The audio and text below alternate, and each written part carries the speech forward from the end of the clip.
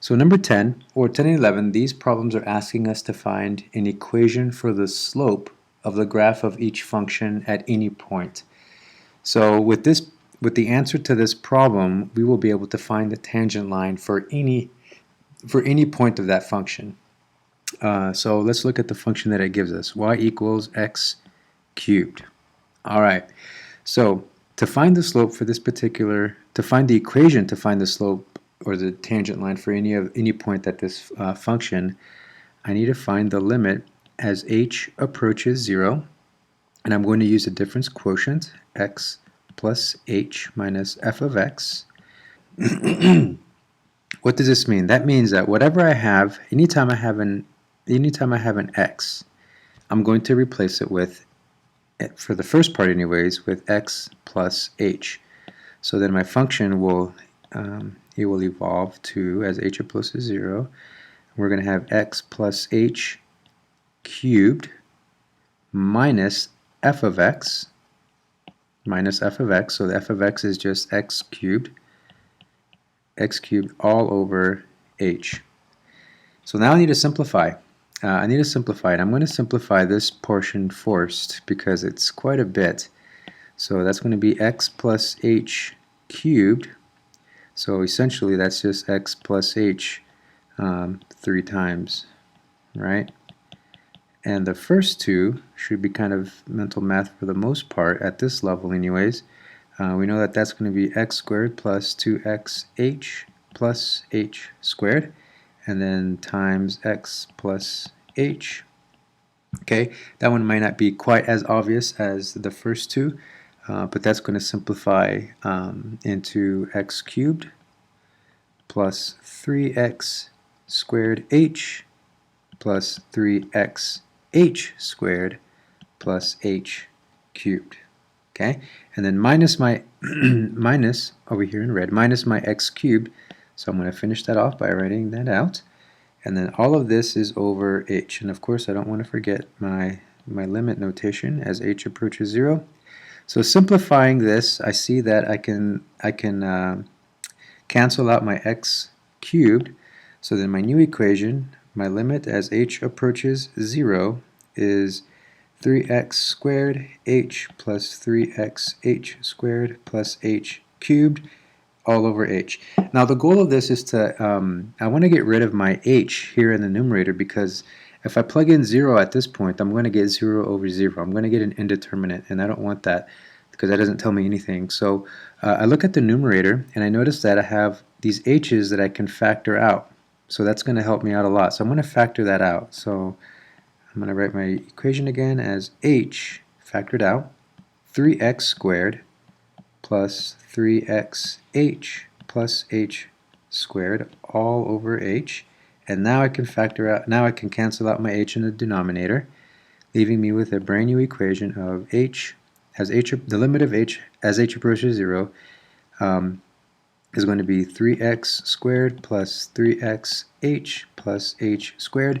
And now I can plug in my 0 anywhere there's an h, so it's going to be a 0, 0. So essentially I'm looking at, these two terms are going to cancel out, leaving me with this equation here. So my slope, or my equation to find the slope for any point of that function, is going to be 3x squared.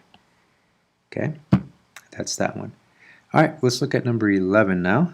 11 is y equals 8 minus x squared. This one's going to be just a pinch tougher because of that 8. This is going to involve a little bit more work. So again, my difference quotient, is x plus h minus f of x all over h, right? So I want to replace, every time there's an x, I want to replace it with x of h for my first part. So that's going to give me 8 minus x plus h squared, and then minus the function itself. So it's going to be minus 8 minus x squared. That's very important that I put that in brackets or in parentheses, because it's minus the full function. So that means as I distribute I need to distribute this minus sign into both terms. Okay, that's a common mistake that's made, where that minus sign is not distributed, and you end up with something not correct. So my new formula will be, as my limit approaches, h approaches 0, it's going to be 8 minus. Okay, and actually I need to simplify this this next part here too, don't I? So I'm going to do minus. And as you remember, x plus h squared is minus x squared minus 2xh minus h squared. And it's the same thing here. I need to distribute that minus sign into whatever I end up getting for this term, right?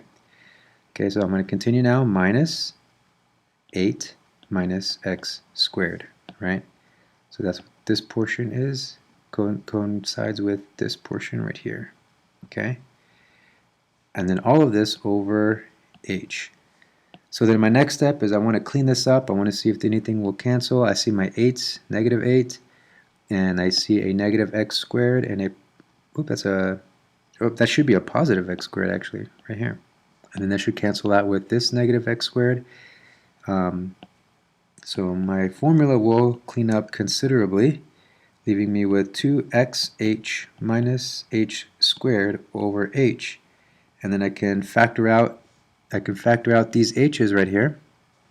Okay, so the limit as h approaches 0 is going to be h times negative 2x minus h all over h, canceling out my h's. And then I can now plug in, leaving me with this minus h, which is going to be 0, right? Which will clean up to be negative 2x. And that is my answer.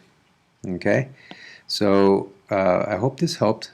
And again, we were looking for the solution. We were looking for the equation for the slope of the graph at any point. Okay, well, I hope this helped. Thanks for watching, and good luck in your studying.